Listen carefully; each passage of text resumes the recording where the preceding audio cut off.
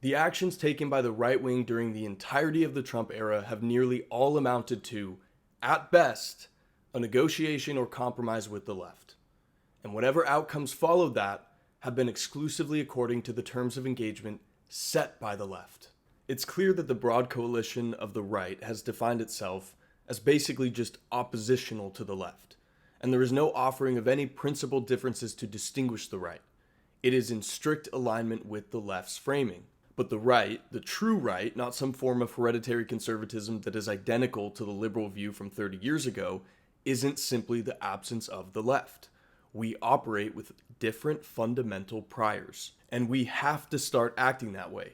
We must become a proactive and productive force that does not evaluate our desired outcome of a negotiation simply based on what we think the left is willing to concede. And we can't just accept whatever constraints lie in front of us and pretend there's no alternative. I keep seeing moves which are not only wholly counterproductive, but a blatant waste of both time and political capital. These plays are also inciting the left without even achieving an outcome worthy of their reaction. I previously noted this behavior as being strategically known as touching the nettle as opposed to grasping it. There are essentially two fundamental issues that I see with right-wing strategy which need to be corrected immediately. Firstly, there is a distinct failure to articulate our objectives. If we don't set a tangible goal which can be effectively measured for success, we don't have an actual direction. It becomes mere sentiment rather than an actionable directive. Deportations appear to be a great opportunity to observe our success against a grand promise, but we've seen how that's gone. We keep making concessions which allow us to implement, at best, half measures. No one with political power on the right seems to be properly evaluating where our line is. We appear unable to discern when we have ultimately made compromises that end up negating the entire purpose of our action to begin with. If we concede in a way which violates the core intended purpose of our efforts, then what was the point of the action at all? So I want to show how sacrificing the very heart of our intentions actually makes us lose twice, with an extensive but hopefully elucidating analogy. Imagine that the city of Tucson just approved the creation of a brand new park. An evaluation of tax revenues for the last year set the budget at $4 million. The intent, conceived by those in the government, is to create a space that offers citizens a pleasant place to relax, walk, or take their children to play. The city also wants to integrate cultural staples of the desert town and ensure an experience which is unique and integral to the life of someone from the region and community. And ultimately, it should add to the human experience. So the city hires a landscape architect to work with a committee. The group then tries to come up with an actual design that fits the vague, strictly verbal vision communicated by the project heads. After fully understanding the design intent, the architect starts putting together the plans. The designer decides to use region-specific vegetation, littering the park with saguaro cacti and prickly pears to fill the landscape strips. The walkways were to be made of dyed red concrete, which would mesh with the surrounding natural sandstone.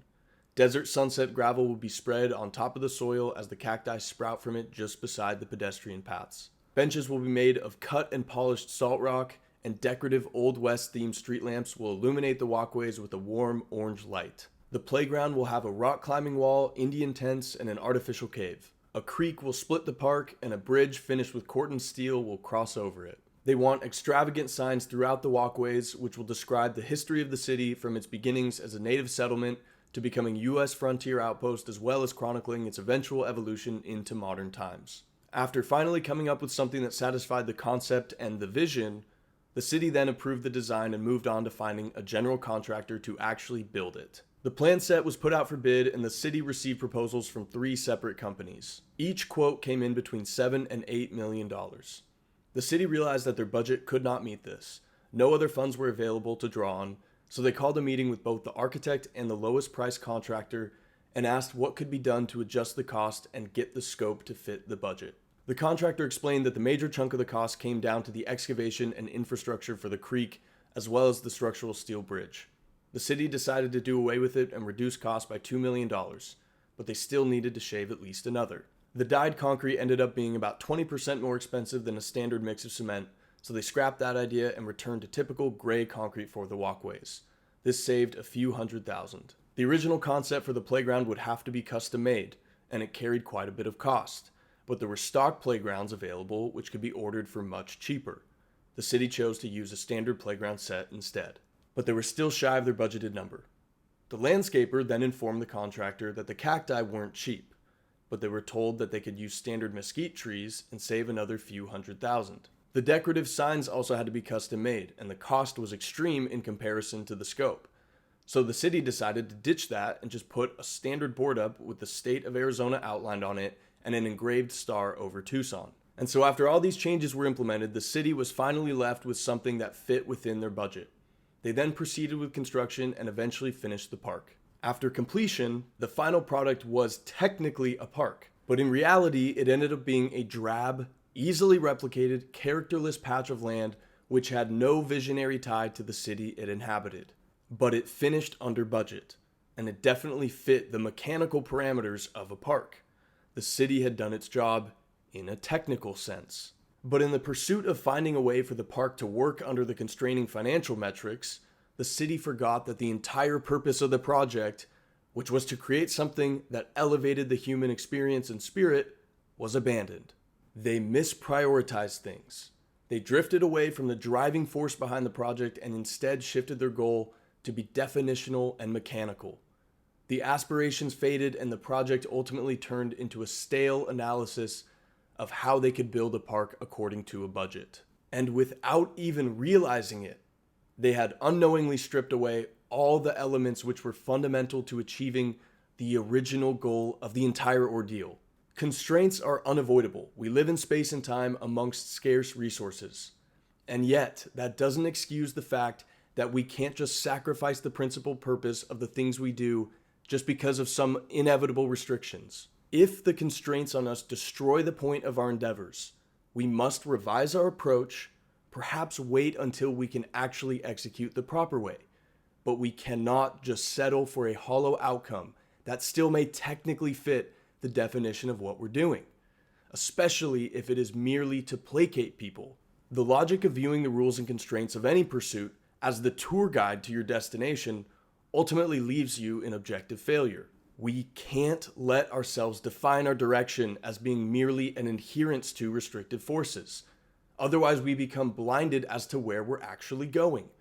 That is why articulating our purpose and finding every way to achieve it in its most ideal form is the only option for true direction. How many Republicans could even tell you what their vision for the government even is, without using broad terms like freedom and limited powers? The most powerful and extreme conclusion of the flaw in a logic that pursues something merely in accordance with a constraint is probably best showcased in No Country for Old Men, when Anton Chigurh sits beside a man he is about to kill, and he asks him, "If the rule you followed brought you to this, of what use was the rule?" If we build a park that fits all the definitional metrics but fails to deliver on the entire purpose, of what use was meeting the budget anyway? Of what use is a park that nobody will use? You lose twice this way. You wasted time and political capital, and also you failed to accomplish your goals. And everyone pretty much hates you for it all too, on both sides. If you read a book just to prove you could go from cover to cover, to show only that you could read, but you retain no information from it, of what actual use is reading the book? Just to add another tally to your list, you wasted time, effort, and if anyone realized just how little you comprehended, you seem like an absolute retard. And just the same, politically, what is the purpose of a right-wing faction if it doesn't actually achieve right-wing goals? We cannot continue to operate in a way that completely disembowels our purpose simply to achieve some sort of technical outcome. Nobody is cheering this on besides the cat turd types and the hereditary right. We must demand that our leaders, if they are going to expend political capital, use it in a way that leads us toward outcomes, not mere sentiments, and certainly not half measures. But fundamentally, our leaders have to keep the ideal as their aim and truly try to meet it. But I don't have any delusions that those currently in power might actually be capable of this, obviously.